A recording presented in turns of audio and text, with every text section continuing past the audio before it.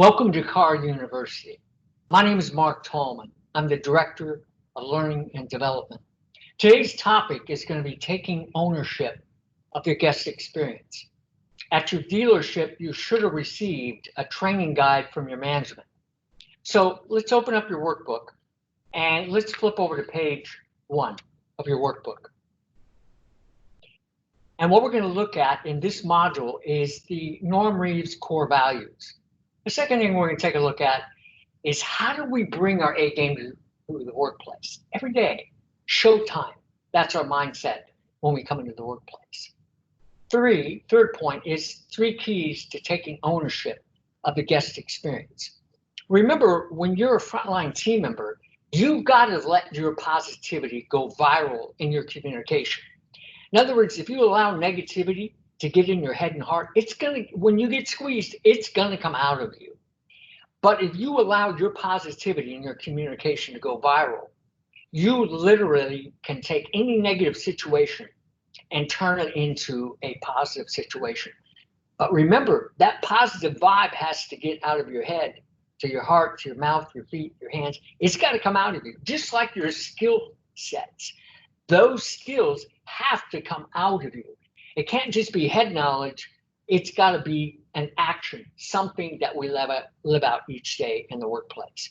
Remember, people buy people. They can get the same car, the same service, the same parts. And so when you encounter that guest, remember, you're the only one in the universe with your DNA. Use it to your advantage when you communicate. 99% of our game is mental. We choose to have a good day or not. So when you come to the workplace, just remember, it's showtime. You're on stage. We don't have second chances at first impressions.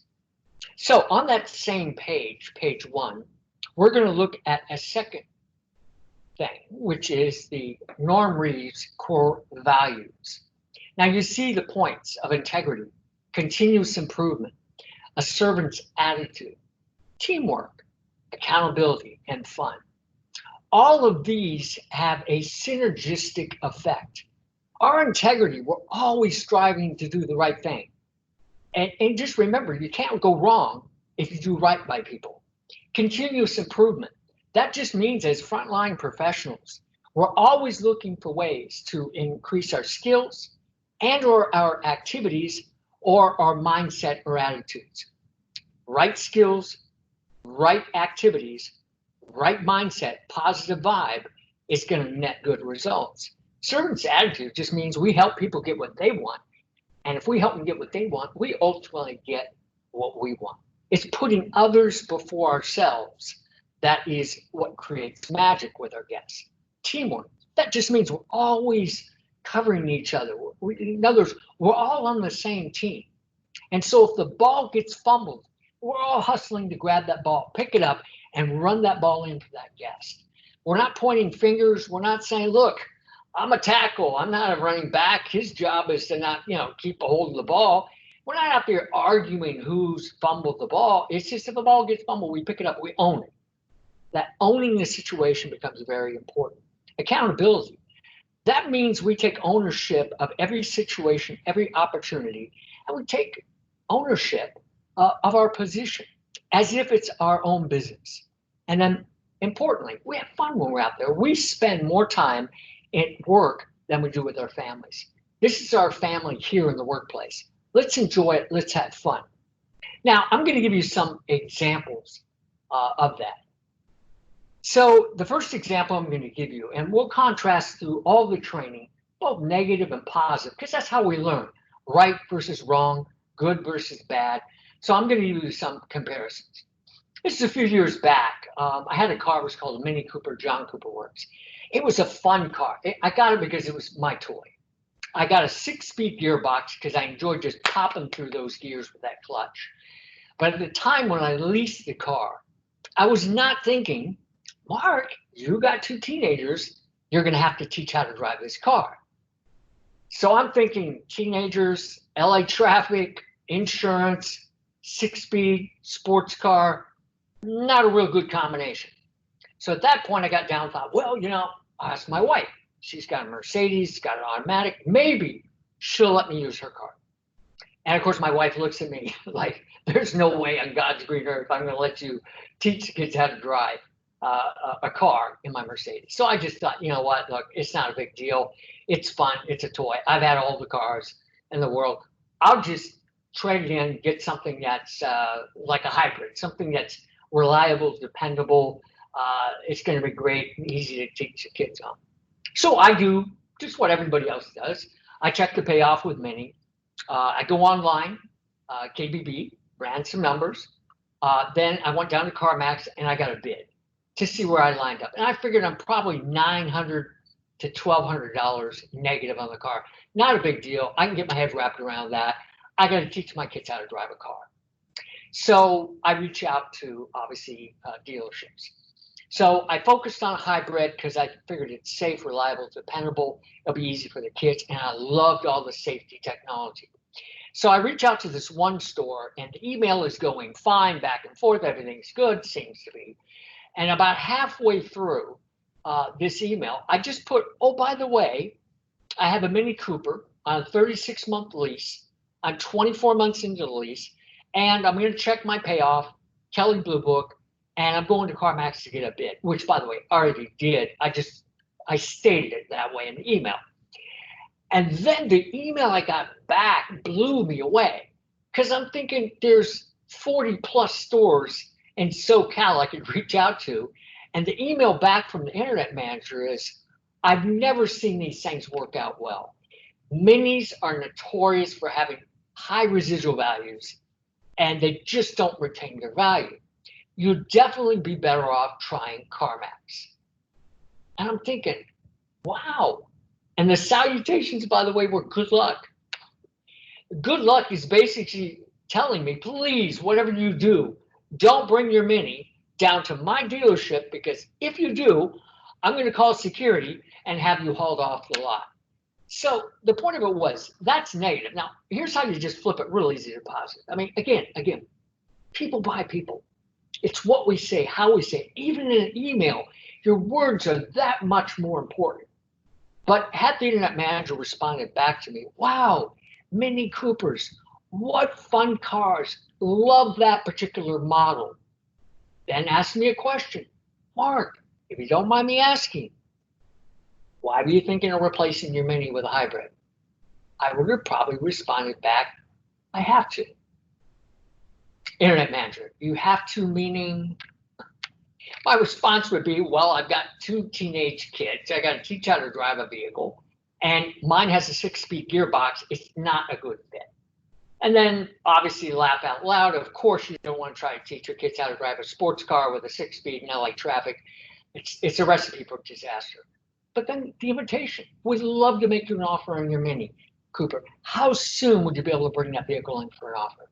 So do you see we can take any situation with right words and tone of voice and body language and turn it from a negative into, quote, a positive. Now, the second one I'm going to give you is a personal example with my son. He got out of high school, graduated, worked down in Vienna, did a great job, and went to college. And we thought in the summertime, and throughout his college career, it would be awesome if he had real world experience with a job. So he's making money and he's going to school at the same time. So we talked a little bit about what would be his ideal place to go work. And he loves clothes and shoes and all that. So we thought, you know what? Shoe store. He was cross country, track. He likes tennis shoes. So we thought Skechers. Skechers are a great company. They pay them a salary plus a commission based on their sales. A lot of it, little incentives. So we thought that would be a great place.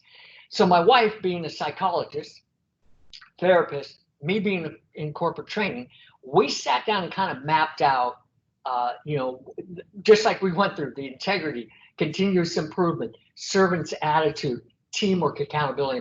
We kind of mapped that picture out for him. How do you take ownership of the guest experience? What are the selling skills and communication skills look like? So one of the things we talked about is, look, if somebody wants a pair of shoes, bring 4 or 5 pairs out. Accessories, offer socks to everybody that comes in. If you have specials on your accessories, tell the customers about it. Maybe you bring out a backpack or a baseball hat or some other accessory to match up. So with that said, my son just totally was 100% all in with that that concept. Well, lo and behold, uh, you would go into a store and he would have 2, 3, or 4 customers at the same time. He was hustling, boom, boom, boom, back and forth with customers, and they loved him because he was hustling. He brought out multiple pairs of shoes. Nothing seemed to bother him. He kept his A game intact the whole time with those customers. He did so well at their little small satellite store, and he was the top accessory salesperson there. And at the time, all they had was socks, and he was #1 for accessory sales in the southern region. So they promoted him to their flagship store in Manhattan Beach. And again, he continued to be their top salesperson and top CSI. There was one little story. My son came home and showed me a Yelp review. A gentleman came in, a father, with his 5, 6-year-old daughter, and they were down in Manhattan Beach at the beach or whatever, having fun, enjoying the sun. And they stopped in the Skechers, and they have a big gumball machine, free gumballs. So the dad came in and said, "Oh, I want to get a free gumball. My daughter wanted one." And my son was like, "Oh yeah, welcome to Skechers." But as he's walking them back to the gumball machine, all he had to do is say, "Oh yeah, the gumball machine's over there." Instead, he walks them all the way to the gumball machine. As he's walking them there, he starts letting the little girl and the father engage them in a conversation, but let them know, "Oh, by the way, we have, we have 50% off on this. We've got buy one, get one free. We've got, 30% off on these tennis shoes." And the little girl caught the ones that were blinking. And next thing you know, dad's getting the gumball. She's looking at shoes. And my son offers to bring out some shoes. So he brings out 4 or 5 pairs of shoes. She's looking at them. He brought out a backpack that matched his shoes. And next thing you know, he's mentioning to the father, there's also a sale on the men's shoes. He's bringing out shoes for the father. And basically, the Yelp review was, "We came in for a free gumball. I left with 2 pairs of shoes for my daughter and a backpack and a pair of shoes for myself. And I highly recommend, if you go into Skechers, ask for Elijah. He's an awesome kid." So that's the point of those core values lived out in the workplace. And again, as professionals, we got to remember, we don't have second chances at those first impressions with our guests. So now we're going to go back to the PowerPoint, and we're going to look at the next point. So let's, in this case, flip the page. You're going to be over on page 2, and you see what are called 5 points of contact. Every customer that comes in has 5 reference points with our store: our property, our product, our promotion, the process they go through to transact business, and of course, people, which is us. Now, the first one, in property, you've got a multi-million-dollar investment that Norm Reeves makes in each and every one of their properties. You've got millions in product inventory, both in parts as well as in vehicles. Promotion.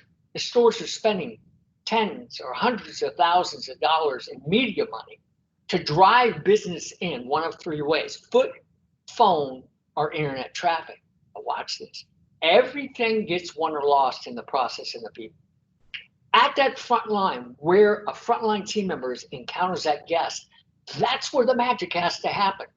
So if I pick up the phone in parts or in service or sales, and I'm picking up the phone this way, "Parts, Mark speaking, how can I help?" Or service or sales, "How can I help?" That's not the A game. That's a B game. But if I pick up that phone and say, "Thank you for choosing Norm Reeves. My name's Mark, and who do I have the pleasure of speaking with?" That's bringing the A game to that conversation.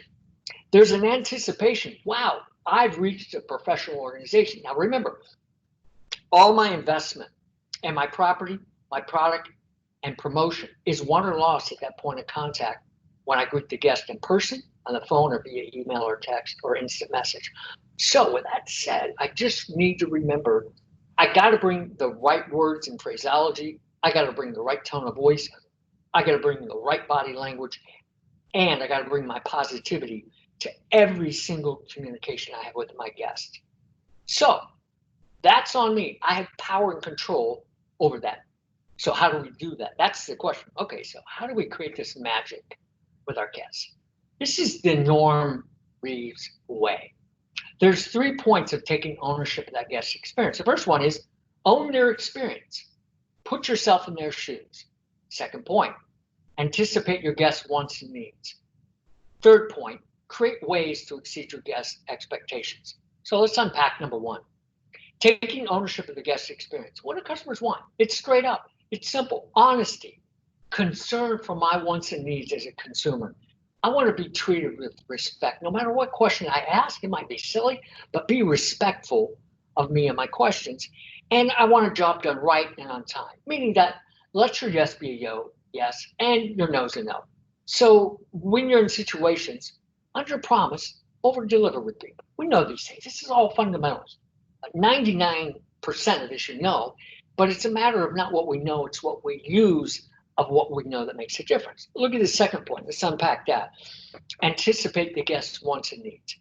That means A, in your workbook on number 2, listen to understand your guest's viewpoints. B, ask questions to clarify your guest's concern. And then C, ask yourself this question. Okay, if I'm in this situation, how would I want to be handled? And then point 3 in your workbook on page 2, create ways to exceed your guest expectations. Now, by the way, it doesn't have to be big things. It can be small things. Using the guest name can exceed an expectation. So I might be in that phone call as a sales consultant, and I say back, Susan, I know how important your time is. I'm going to make sure your pilot's prepped, ready to go up front, keys in my hand, so we can save you time when you get here. How many people want to save time? Everybody. But when you hear the words, I have the vehicle prepped, ready to go and up front when you get here, it's a wow moment for the customer. They're like, wow, this is different. I haven't had anybody else say that to me. And again, you got to match it with an action. So when Susan comes in, you have that white pilot prep ready to go up front, that touring model. She drives in, she sees the vehicle, you're waving, keys in hand. That's that wow moment. That's the first impression. This is right before that meet and greet. But at this point, you've already created the magic with that guest. They're smiling, they see you, they get out of the car. Obviously, your meet and greet, your client needs analysis, all these things are just going to fall in line very nicely. So that's an example. Now, let me kind of paint a picture here. We're going to take an exit out of this for a second. And I want to give you an example of what we're talking about. I'm going to give you an example of an upset guest, both positive and negative. So let's say a guest comes in, and Steve's our guest. He's a real estate agent. He's had his car down for service twice, hasn't been fixed right. And again, I know this is not us, Norm Reeves, but let's just take this as an example. So I'm a salesperson. I greet him. And again, Steve's I happen to be the first person he met. So I say, hi, welcome. Thank you for choosing Norm Reeves. My name's Mark, and who I have the pleasure of speaking with. And the customer says, look, my name's Steve. Look, I'm not here to buy a car. Look, I've had my car down here twice for service. It's still not fixed right. That's bad enough. I'm taking time off. Time is money to me. Now I'm back down at your store trying to get this thing resolved. I call on the telephone, and when I call on the telephone, I literally got the runaround. I'm so frustrated at this point. I just want to get this thing handled and get on with my day. Now, we're going to contrast negative and positive. That's how we learn, right, wrong, positive, negative. So I do it the wrong way. And I say to Steve, see, look, I'm so sorry this happened to you. Look, I don't have anything to do with service. I'm in sales. Tell you what, if you just walk back in that direction, you'll see our receptionist. She'll be able to point you in the right direction. As Steve walks away, he looks back at me and he says, wow, hey, thanks. I really appreciate your help, man. So what just happened that one moment is the customer negativity got transferred to me. If I let that stay up here, I'm thinking, wow, that didn't go so well. I probably should have walked him over there. Wow, it's a little late to do anything. The point of it is, when I go back on the showroom floor, if a call comes in or a guest comes in, I may not have my A game intact at that point. I may greet the guest in the wrong way, not the right way. So also, number 2, Steve walks back to service. He talks to the receptionist. He's more frustrated. If she or he doesn't handle it right, that second person gets infected. Oh, maybe the receptionist says, oh, geez, I'm sorry that happened to you. Well, hold on, let me see if I can find one of our service advisors. Service advisor comes over and customer starts telling the situation. He's like, oh, I'm sorry. Look, are you my customer? Again, we're giving an example of negative. And Steve's like, I don't remember who my service advisor was, but look, I just want to get this thing handled. Well, look, hold on. Let me have the receptionist look it up and page the right person. Oh, he's out to lunch. would you like to talk to one of our service managers? And by this time, the frustration level just keeps escalating to the point where when the customer finally talks with that service manager 20 minutes later or whatever, the frustration level has gone so high. Now it costs money oftentimes. So let's reverse that positive. I'm a salesperson. I greet Steve. Steve tells me, hey, look, I'm frustrated. I'm in real estate. Time is money to me. I'm down here a third time. I've been here twice and the car hasn't been fixed right. Positive language. Steve, I apologize. I appreciate you bringing this to our attention. I want to let you know I can help you. So I can get you the right person. Let me just ask you a few quick questions about what happened. And you mentioned the car was down here twice and it wasn't fixed right. What exactly was it down here for service for? And so I listened to his story. Wow, got it. Totally understand. And you said something about a telephone call and you got to run around. Kind of walk me through what happened on that. Well, I call the store, I get put on hold, I get transferred, I get the wrong department, I get back to service again. Are you holding for somebody? Yes, I'm holding for service. And then in the process, I get disconnected. I don't know if it was intentional or not. I call back and then I get someone on the phone. I tell them the situation again. They're like, whoa, that didn't sound like something we would do. And I'm like, what, do you think I made this up? So anyway, I got the run, nothing happened. And so here I am. So again, I listen. God gave us 2 ears and 1 mouth for a reason. We're supposed to listen twice as much as we talk. So I listen. I say, Steve, I'm going to walk you back to service. I'm going to introduce you to our service manager. We're going to get this resolved. So I walk him back. I tell the service manager the story so Steve doesn't have to. Now, here's the point. When I walk away, Steve will probably say to me, oh, by the way, thank you so much. Look, I realize you're in sales. You didn't have to walk me back, but I want to let you know I appreciate it. Maybe I can give Steve a business card and say, look, Steve, do you have any questions? If you ever want to upgrade, if you have any questions about anything else, I can be your transportation specialist. I give you one of my cards. Thank you for giving us an opportunity to sort this out for you. Now, maybe at that point, the service manager says, oh, by the way, Mark, thank you for bringing Steve back to us. We'll take care of him. The point of it is when I walk back on the showroom floor, I have my A game attack. I'm thinking, wow. And about a minute or two, I took a negative situation. I turned it into a positive situation. I got 2 thank yous. So now when the phone call rings, email comes in, or guest walks in, point is, I've got my A game intact. The negativity never got in here or here. It all stayed positive. So that's a couple examples. I'm going to give you another one, personal example with my wife. This is a few years back. She was looking to upgrade from a sports car to a SUV. She didn't know what she wanted, so we went to drive multiple ones. One store we ended up with again, I'm in Redondo Beach, was South Bay Infiniti. So we walked in, it's about 9:15, nothing going on, crickets. It was no other customers, just us. And we're wandering around the showroom looking for somebody, and a salesperson that must have been on at that point came out. He was eating breakfast burrito or something, kind of wiped his mouth, said, oh, can I help you guys with something? And my wife says, yeah, actually, I'd like to see, at the time, I think it was called a QX70. It was a top-end SUV. And she said, I had an FX35 a few years back. I liked it. And I wanted to see what the new QX70 drove like. And so the salesperson goes, oh, yeah, the QX70. He said, well, they're not a real big seller for us, so we don't actually have one on the lot you could see, but they would be at the storage lot. And my wife looks at me like, they're not a big seller. I mean, you don't tell the customer, oh, those aren't a big seller. And so my wife turns back to him. She didn't say anything to me, but she looked at me. I could tell what she meant. And she says to the salesperson, well, look, I don't want to put you out driving down to your lot to get your vehicle. He didn't even realize what he had said. It's like I'd have to go down and get the car. It means I don't want to. So he looks back and he goes, oh, no, that's my job. He says, give me a minute. And he leaves. So we're sitting having a cup of coffee, and like 12 minutes goes by and no salesperson, no vehicle. So my wife's thinking, what, did he take a coffee break? So my wife, again, she's an A-type. She's a doctor. And she even told the salesperson up front, look, I've got patients at 1 o'clock in Santa Monica. I have a tight schedule, want to test drive the car. I mean, she basically inferred my time is important. Time's important to everybody, of course. So my wife says, look, I don't have time to wait for this. Let's go down to Lexus and drive the Lexus SUV. Then we'll come back and drive the Infiniti. I'm saying, okay, I'm fine. Well, about that time, the manager is kind of looking out of his office. He overhears what's going on. He comes and says, can I help you guys with something? My wife said, yeah, like 11 minutes ago, 12 minutes ago. And she briefly told him the story. And he says, oh yeah, Pacific Coast Highway in the morning, it's always busy. Takes 15, 20 minutes. Just relax, you'll be back. Well, you never say relax to somebody. I mean, that's just like pouring gas in a fire. As soon as he said relax to my wife, being an A-type, I'm thinking, oh, here we go, the fireworks. So I'm thinking in my head, somebody bring me the popcorn and the soda. I'm going to enjoy this show. And my wife proceeded to dismantle him in a nice and respectful way. But she looks at him, she says, let me tell you something. She goes, I'm going to give you some free training here. She said, I should charge you for this, but I'm going to give this to you for free. Whether you take it or not, it's totally up to you. She said, let me ask you a question.